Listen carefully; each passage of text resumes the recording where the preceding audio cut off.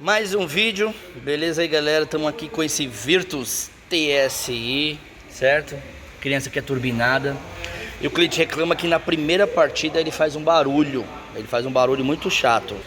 E através desse barulho aí, o pessoal pensa que o carro tá rajando, etc, batendo pino de pistão, saia de pistão, mas nada disso. Na verdade é o Westgate que tá com problema.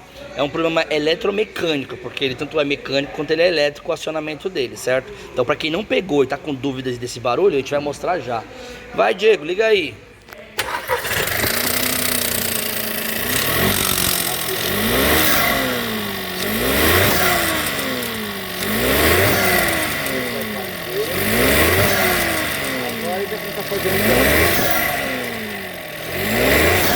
Espera aí.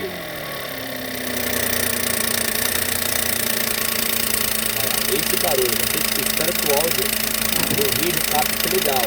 Tanto o Westgate que vocês não estão vendo, mas ele tá balançando, fica muito louco. Ele tá abrindo e fechando, mas é muito rápido. Entendeu? E é um problema tanto elétrico quanto mecânico. Isso aqui é uma garantia da Volks, tá galera? Isso aqui é uma garantia da Volks. Esse carro com essas previsões lá, pode na Volks.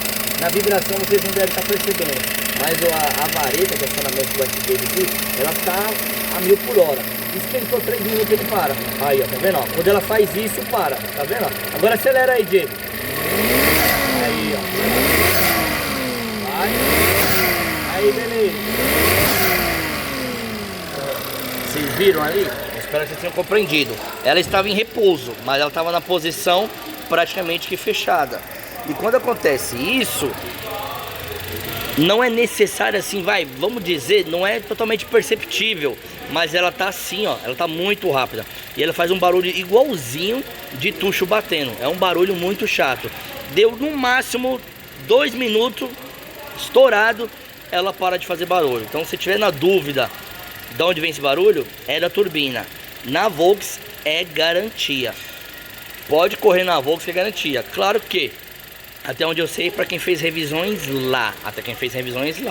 Em alguns casos ou outros que não tenham sido feitas revisões, depende da quilometragem, a Volks ela cobra, tá ok?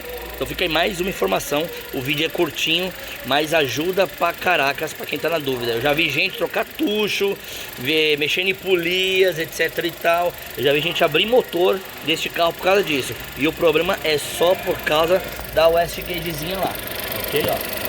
Então, mostrando aí novamente aí pra você ver onde é que ela vai, beleza?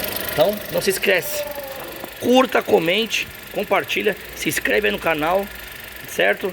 Compartilha com a galera aí e até o próximo vídeo e tchau!